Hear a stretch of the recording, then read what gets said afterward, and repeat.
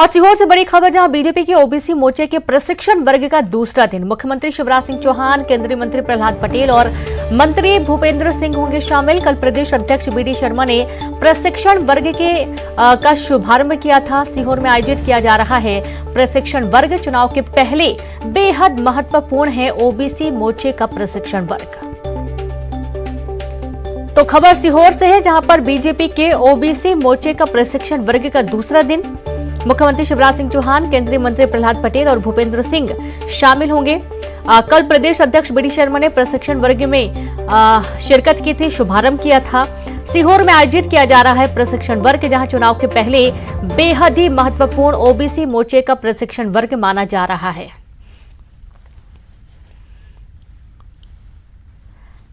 तो कल बीजेपी प्रदेश अध्यक्ष विष्णुदत्त शर्मा ने इसका शुभारंभ किया था। आज दूसरा दिन है। संवाददाता शैलेंद्र लाइव जुड़ गए हैं। शैलेंद्र, बीजेपी के ओबीसी प्रशिक्षण वर्ग का आज दूसरा दिन है, क्या कुछ खास होने की संभावना आज?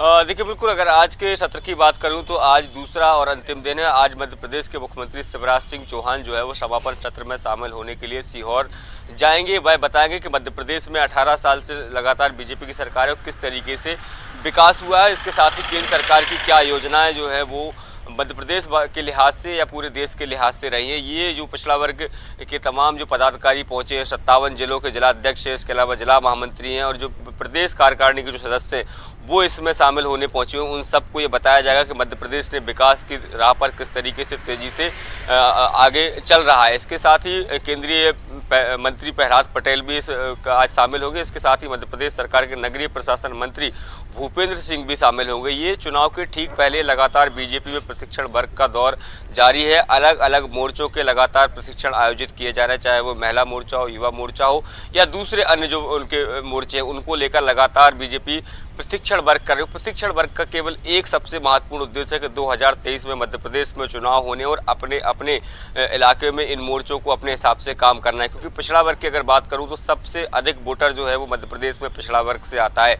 ऐसे में बहुत आवश्यक हो जाता है कि मध्य प्रदेश सरकार के द्वारा पिछड़ा वर्ग को लेकर जितने भी कार्य किए गए हैं उस सबको जनता के बीच जो है उनके मोर्चे के अधिकारी कर्मचारी जो है वो पहुंचाएं। और यही कारण है कि सारे पदाधिकारियों को लगातार 2 दिन से प्रशिक्षण दिया जा रहा है। आज दूसरा दिन है प्रशिक्षण का और सरकार की रीति नीति और इसके साथ ही जो काम अब तक किए गए उनके बारे में बताया जाएगा, ताकि जो कार्यकर्ता प्रशिक्षण वर्ग में शामिल होने पहुंचे हैं, जब वो अपने अपने जिले में अपने अपने विकास खंड में पहुंचे तो सरकार की रीति नीति से आम मतदाता को अवगत करा सके, जिसका सीधा फायदा 2023 के चुनाव में मध्य प्रदेश की सरकार को मिल सके। जी बिल्कुल। अब देखा ये भी जाता है, जब भी इलेक्शन का टाइम आता है उसके पहले, काफी पहले से ही बीजेपी तैयारियां शुरू कर देती है, जैसा कि एक स्ट्रैटेजी है टारगेट सेट करके उसको पाने की।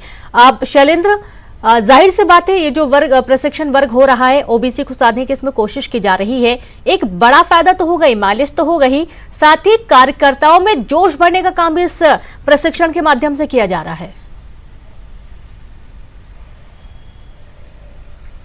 देखिए, बिल्कुल जैसा कि मैंने बताया कि मध्य प्रदेश के अगर लिहाज से बात करें तो ओबीसी वोटर जो है सबसे बड़ा वोटर है मध्य प्रदेश में। और ऐसे में जिस तरीके से पिछले दिनों जिस तरीके से कांग्रेस ने ओबीसी आरक्षण का मुद्दा उठाया और उसके चलते कहीं ना कहीं सरकार जो है वो बैकफुट पर नजर आ रही थी। हालांकि कांग्रेस सीधे के आरोपों पर बीजेपी ने सीधा आरोप यह लगाया था कि 15 महीने की कमलनाथ सरकार रही, उस दौरान पक्ष जो है कोर्ट में ढंग से नहीं रखा गया और यही कारण है कि उनको आरक्षण नहीं मिल पाया है।